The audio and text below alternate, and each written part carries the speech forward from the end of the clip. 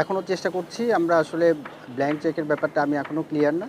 তো যেটা হচ্ছে যে তারা চেষ্টা করছে যারা ওনার আছে কীভাবে আর টিমটাকে আরও ভালো করা যায় সামনে যে ম্যাচগুলো আছে এবং আমাদের টিমের জন্য কারা আসলে সুইটেবল হবে এবং কারা অ্যাভেলেবেল আছে।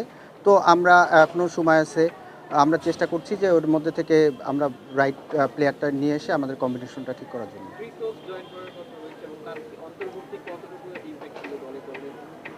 যখন কোনো প্লেয়ার আপনি ওভারসিজ প্লেয়ার নিবেন এবং এখন একদম খেলা শেষের দিকে জানেন, তো আসলে গুরুত্ব বুঝে এবং কোন প্লেয়ারটা ইমপ্যাক্ট রাখতে পারে সেসব বিবেচনা করেই নেওয়া হয়। তো আসলে এটার মধ্যেই আসলে আপনি যখন এই একদম শেষের দিকে এসে কোনো প্লেয়ার নিবেন আসলে ওইভাবেই চুজ করা হয় যেন তাই সে টিমের প্রতি ইমপ্যাক্ট রাখতে পারে।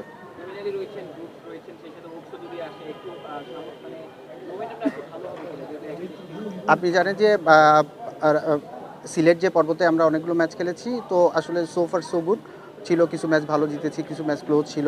আ তো লাস্টের যেটা ২ টা ম্যাচ ছিল যে আমাদের ছেলেরা ভালো খেলেছে এবং ভালো একটা উইনিং মোমেন্টাম পেয়েছি। তো আমরা আসলে ওই ধারাবাহিকতা নিয়ে চিন্তা করছি যে আসলে কালকে যে ম্যাচটা আছে এটা যেন আমরা ভালো শেষ করতে পারি।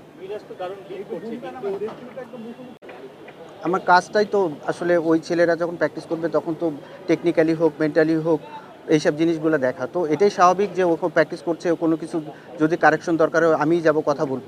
তো এটা স্বাভাবিক, অস্বাভাবিক কোনো কিছু না। এটা শুধু আরিফুল না, যেকোনো ছেলের ক্ষেত্রে এটা হইতে পারে। আ তো ওইটা নিয়ে কথা হচ্ছিল যে আসলে ও এই বলের কোথায়, কোথায় মারলে আসলে ওর জন্য আরও ইজি হবে। সেটা এখনো পর্যন্ত দেখেন যে ভালো খেলা হচ্ছে, ক্লোজ ম্যাচ হচ্ছে। আমার কাছে মনে হয় যে এবার বিপিএলে পয়েন্ট টেবিল দেখলে বোঝা যাচ্ছে যে খুব ভালো হচ্ছে এবং অনেক আপস অ্যান্ড ডাউনস আছে যে এবং আসলে টিম যখন ১ম তৈরি হয়েছিল বিভিন্ন টিম বিভিন্ন আসলে স্ট্রেংথের জায়গা ছিল। কিন্তু আসলে দেখা যাচ্ছে যে চিন্তাভাবনা অনেক কিছুই আসলে চেঞ্জ হয়ে গেছে। তো ডেফিনিটলি এটা ভালো হচ্ছে। এটা এটা তখনই এটা ভালো হচ্ছে এটাই আমরা বুঝি যে যখন বাঞ্চ অফ প্লেয়ার সবাই ভালো খেলছে। Mr. Noodles, amazing taste. না, আসলে আপনি যখন এখানে কোচিং করাবেন এবং বিভিন্ন কোচ থাকবে, সেটা ফরেন থাকতে পারে, দেশি থাকতে পারে। আসলে এইটা এভাবে না দেখে আমি আসলে ওইটা চিন্তা করি না। আমি আমার টিম আসলে কিভাবে ভালো করতে পারে, ছেলেরা কিভাবে আরও ভালো পারফর্ম করতে পারে, এটার জন্য যা করা দরকার সেটা চিন্তা করি। এটা অপোনেন্ট টিমে এ আছে বা অন্য কে আছে, এটা আসলে খুব একটা ম্যাটার করে না। একটা ছেলে যে প্রতি বছরই আসলে পারফর্ম করবে একইভাবে, এটা আসলে ডিফিকাল্ট। কোনো সময় ওর থেকে ভালো করতে পারে, কোনো সময় ওইরকম নাও করতে পারে। তো একটা সময়ের মধ্যে যে যাচ্ছে মিরাজ, তো তার সাথে কথা হচ্ছে যে কোথায় খেললে সে কোন পজিশনে খেললে ভালো করবে বা বোলিং কোথায় করলে ভালো হবে, এগুলো নিয়ে কথা চলছে এবং আপনি জানেন যে মিরাজের পরে ওই ট্রাস্টটা আমাদের অবশ্যই আছে।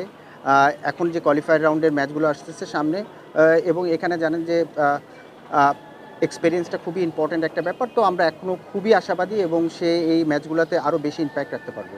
আ আ আমি যেটা দেখেছি যে শুধু আমার টিমের প্লেয়ার না, আমার টিমেও প্লেয়ার আছে স্কোয়াডে, আ এবং অন্য টিমে যারা প্লেয়ার আছে তারা আসলে এখনই ওয়ার্ল্ড কাপ নিয়ে কিছুই চিন্তা করছে না। তারা আসলে পুরাপুরি ফোকাস বিপিএল নিয়ে এবং বিপিএলে তারা কীভাবে টিমকে কন্ট্রিবিউট করতে পারে সেটা যে টিমেই খেলুক না কেন, এবং তারা আসলে ওই বিপিএলটাকে নিয়ে আসলে মনে হচ্ছে যে বেশি তারা ফোকাস আছে এবং এই ব্যাপারেই তারা প্রিপারেশন নিচ্ছে এবং সেভাবেই খেলছে। স্যার, আরিফুল আপনাদের টিমে আছেন। ১ম কিছু ম্যাচে সুযোগ পায়নি, পরে সুযোগ পেয়ে মোটামুটি ভালোই করেছেন। আসলে আরিফুলকে আপনি কিভাবে রেট করেন এবং কেমন দেখছেন? এখনও রেট করার সময় এখনও আসে নাই। আপনি এটাই সবচেয়ে বড় ভুল আমি বলব যে কোনো ছেলে যদি ইয়াং ছেলে হোক বা নতুন ছেলে আসুক, ২-১টা ম্যাচ খেললে আমরা রেট করতে শুরু করি। রেট করা কথাটা আসলে এত সহজে আসে না।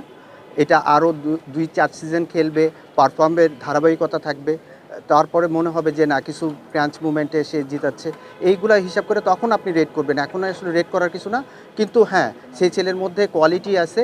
তাকে যদি আমরা প্রপার নার্সিং করতে পারি তাহলে মনে হচ্ছে যে সে ভবিষ্যতে ভালো খেলবে।